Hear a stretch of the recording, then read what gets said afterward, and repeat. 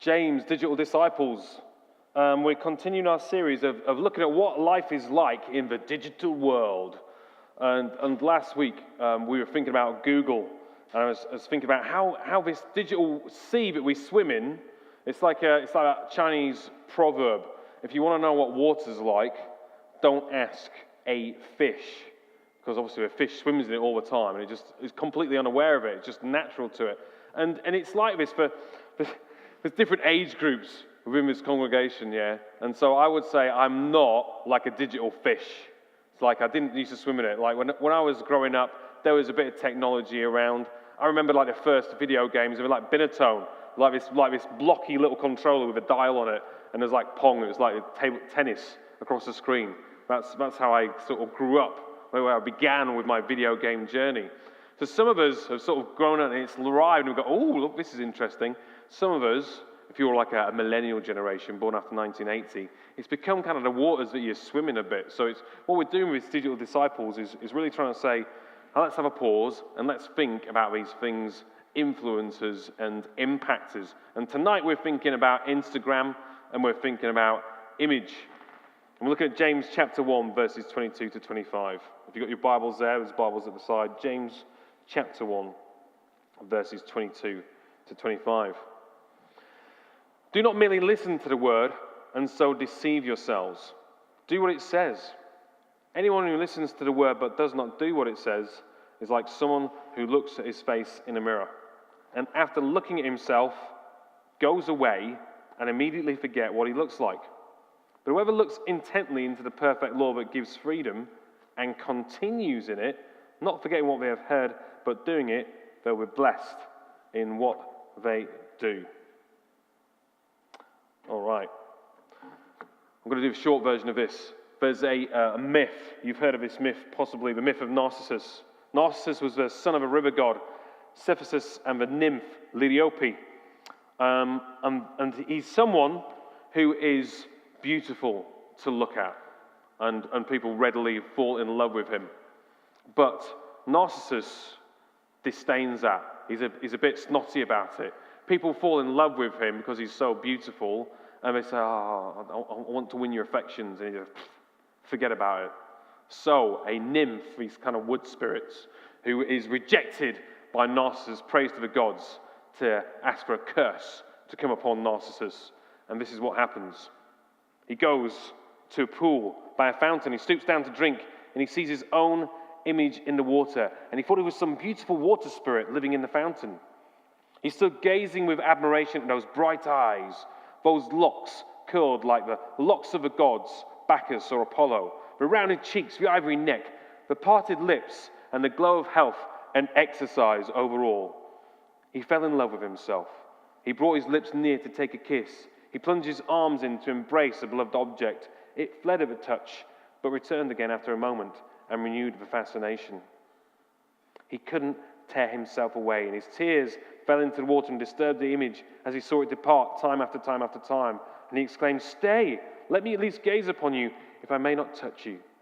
With this and much more of the same kind, he cherished the flame that consumed him, so that by degrees he lost his color, his vigor, and the beauty which had formerly had so charmed everyone. He stays by the pool, is so obsessed with his own image. He doesn't eat, he doesn't drink, and he withers away, captivated by his own image. Now, I guess a lot of you, when you post photos up on social media, whether it's Twitter or Instagram or Facebook, probably look a lot like that description of Narcissus, this stunning goddess or god of a person. We might not be like that. We might not appreciate ourselves like that. But how do we look at our own image when it appears anywhere?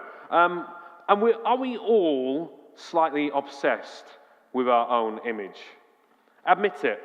Every time someone brings around the wedding photos, you're waiting for that photo that you're in, aren't you? Yeah, come on, that's me. That's me, definitely. I'm thinking, oh, that's nice. Flick the page. Ah, there I am in the friends' photos, and like my head's that small. Never mind. We're obsessed a little bit with our own image. I really need you guys to come back at me tonight to share a bit of wisdom, because I don't actually use Instagram. So who's on Instagram? Who uses Instagram regularly? You see, there's not as many of us here tonight, so not as many of us use Instagram, right? So we are going to have to share the wisdom out. So Instagram is a social networking app made for sharing photos and videos from a smartphone. If you like, it's like a simplified version of Facebook. And it's got an emphasis on mobile use, visual sharing. Like other social networks, you can interact with it, other users on Instagram, following them, being followed by them, commenting, linking, tagging, all that usual stuff. And it's said that young people prefer it because they can follow the friends they care about and avoid the bulk of all the sponsored posts, all the stuff that you get with Facebook. It's like a really streamlined, trimmed down version of Facebook. But often, just about to flare into this. It's about kind of doing the best of. If you want to do just the instant moment, apparently that's Snapchat. Again, I need to be informed, I need to be educated. But if you're wanting to do the classic, really good selfie, then you've got to choose Instagram for that. And what we've got rolling behind me are some images taken from Instagram. Here's some facts about it. 6 in 10 online adults have Instagram accounts. That's 600 million. 32% of teenagers consider Instagram to be the most important social network, whether you agree with that or not. After Instagram itself, Selena Gomez, a singer and actress, has the most followers with 124 million. Cristiano Ronaldo, a footballer, has 108 million, and National Geographic has 80.2 million followers. Beyoncé holds the record, the singer, for the most liked Instagram with a pregnancy announcement which got 11 million likes. 95 million photos and videos are shared on Instagram per day. Over 40 billion photos and videos have been shared on the Instagram platform since its conception, and it's a social networking app that we know that shares all these photos and videos, and you can do that quite easily. So are you into Instagram? Are you into this sharing your photos, sharing the moment immediately and letting everybody know about it? Are you good with that? I'd like you to turn to the people around you and just chat about this. You might not have experience of Instagram, but you might have experience things like Twitter or sharing your photo on Facebook. What's good about this social networking? Think of a couple of things that you really love about this. And think of 2 negatives as well. So 2 positives and a couple of negatives. Try and come up with that. Or try one at each of these. What's really good about these things? And what's possibly negative about them? Have a chat and we'll get some feedback in a wee while. James is going to bring the mic to you. It'd be wonderful to hear some of your thoughts on Instagram, whether you think it's positive or negative. And let's start with Naomi, because I know you're an Instagram user. Positive stuff. Positive stuff first, guys. I think it can be a bit of both. I think it's good for following certain themes or subjects that you might be interested in. So I really like fashion and interior design. And if I follow people who are also interested in interior design, it's good for like inspiration. We can also follow stuff that's going on in the Christian world. So if you follow certain like speakers or churches, and I think that's also really good. It's quite encouraging to see what other people are up to and what God's doing. And I also like how concise it is and consolidated, that you can just find out a lot from one photo. Brilliant. Yeah. So it's the concise thing about just catching up with people, then following different themes that you want to think about, and keeping up with people as well that you want to keep up with, all organisations, churches, etc. Brilliant.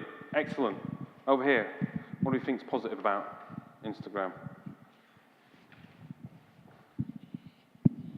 I haven't got Instagram, but when we used to be on Facebook, it was nice to just see photos of relatives in different countries, just seeing their kids grow up and what they're doing and what's happening in their lives.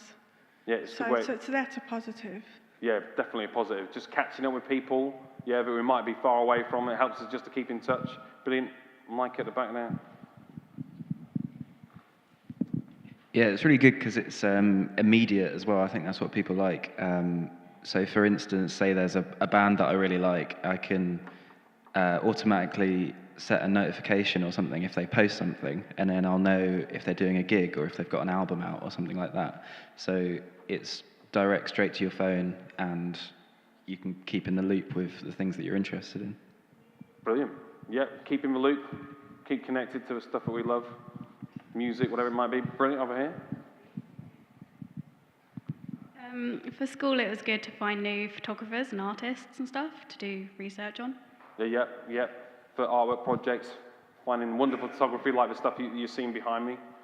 Great, brilliant. What about negative sides to this? What are we thinking in terms of how negative it can possibly be? Yeah, I think in terms of negativity, I was thinking about this before because I use Instagram quite a bit, and I like taking nice photos, but if all people see on your profile is nice photos, it gives a very skewed look to your life that, Right. you know, don't you have such a perfect life? There's a nice photo here, nice photo there. And you hear these sort of horror stories of people taking the perfect selfie, and people see that and just think it's completely unobtainable to look a certain way. So I think the fact that it sort of skews reality sometimes for people. Right, yeah. Yeah, thanks, Mike. Anybody else? Okay.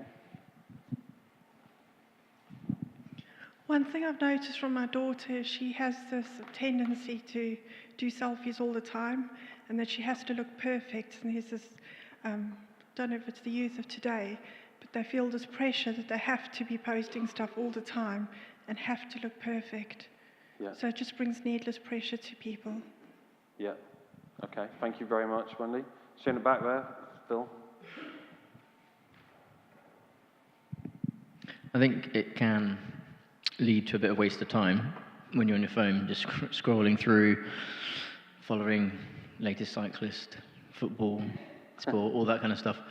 But it can also infiltrate your mind. So, for example, if I'm out on a bike ride, I might be thinking, oh, what picture could I find that would really sum up how awesome my day was today? And then I'd be cycling thinking, oh, can I take that? Can I take that? Instead of actually just enjoying the ride. And it can start to kind of take over. So it can be dangerous if you let it take over a bit too much. Yeah, wonderful. Wonderful. Guys, keep the thinking coming, but I mean, we've got to hold it there for just a while because I want to press on. Some of the criticisms have been made that you've echoed there, really.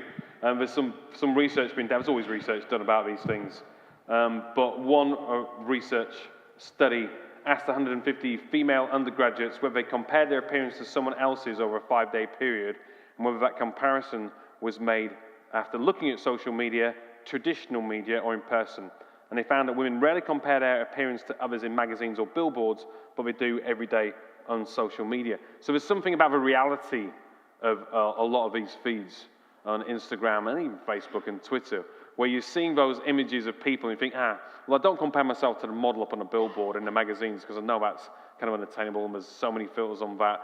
But if it's just a natural shot that someone's taken, it might have been filtered, might have been adapted, but I'm more likely to compare myself to that. So does that lead to more levels of low self-esteem?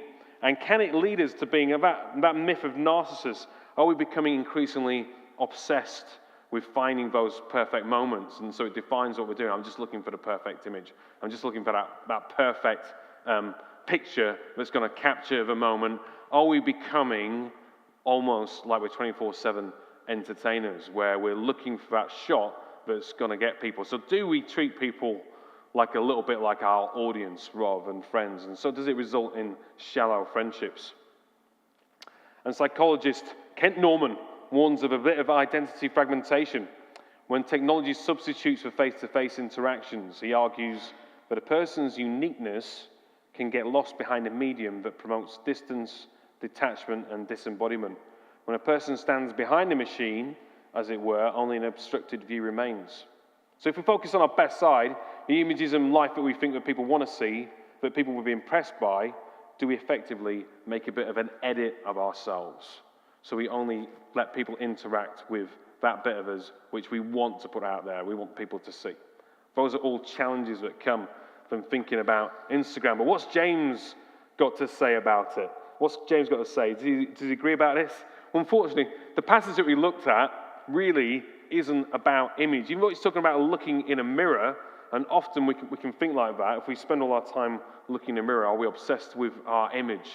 And sometimes what we see reflected in social media is a bit of a distorted image. It's like those halls of mirrors that you go into at fun fairs. You see your image, but is it reflected back to you in a way that's slightly distorted? If we're always looking at perfect images, is it going to distort the way that we see about ourselves? Well, James wasn't born in the 20th or 21st century. And so what he's talking about is action in this passage. The point of the passage is actually about putting God's law into action. He uses this image of a mirror. It says if you look into that and you forget what you look like as soon as you walk away, it's like someone who reads God's word, looks at his law, but then goes away and doesn't put it into action.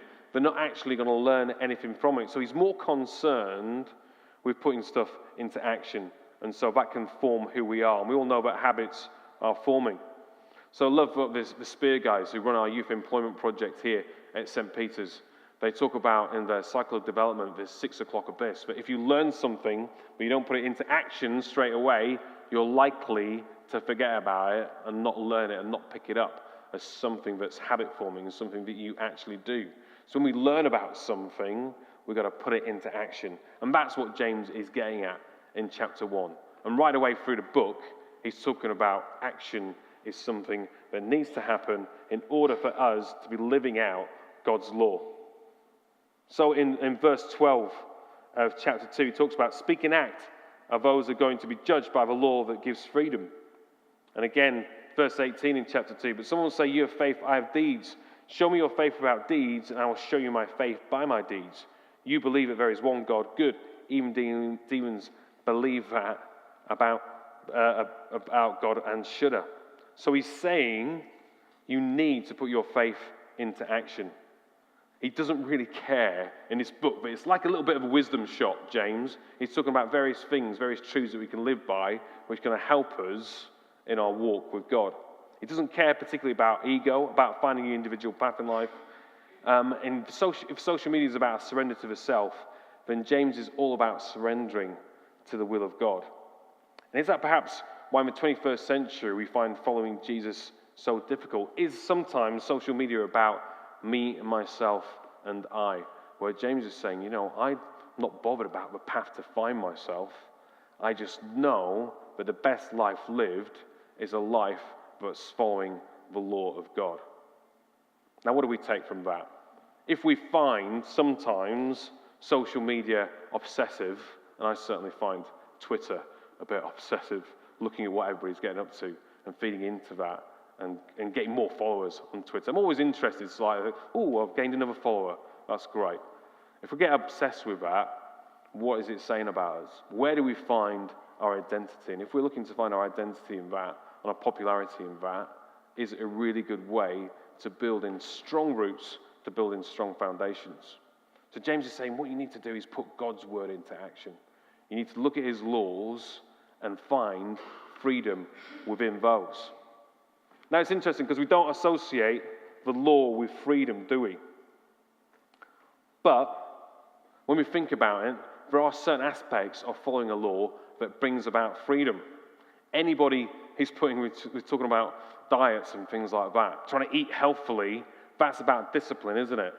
And it brings about a certain freedom. If you go on an exercise regime, now you can say that you're surrendered to that and you're following the law of it, but it's a law that will bring a type of freedom. Instead of getting out of breath when you walk up a flight of steps, you can breathe easy. You find you've got more energy to do things with and live life. That's great. It brings about a certain type of freedom.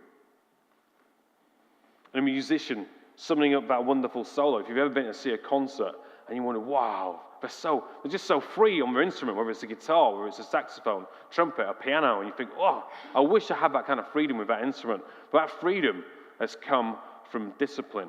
It's come from hours of practice. So again, James isn't obsessed with saying, this is how you're going to find personal flourishing. This is how you're going to find personal fulfillment. What he's saying is, you need to follow God's law, because God's law is the thing that's going to bring you freedom. God's law is the way that the universe runs. When I was doing my GCSEs, I did a bit of woodwork, but I was rubbish at woodwork. I was really bad at it. But you can probably remember us. That's how old I am. We used to call it woodwork rather than, what do we call it now? Working with resistant materials? Well, the wood used to resist me all the time. Mainly because I'd have it like the plane And I'd be working against the grain of the wood often, and my teacher, Mr. Gregory, would say, Gardner, you're a numpty. You've got to work with the grain of the wood. And it's much easier to plane it when you're trying to get down the wood in a bit size. You've got to work with the grain. And what James is saying, look, it's obvious. God's laws are the grain of the universe. They're the grain of our lives.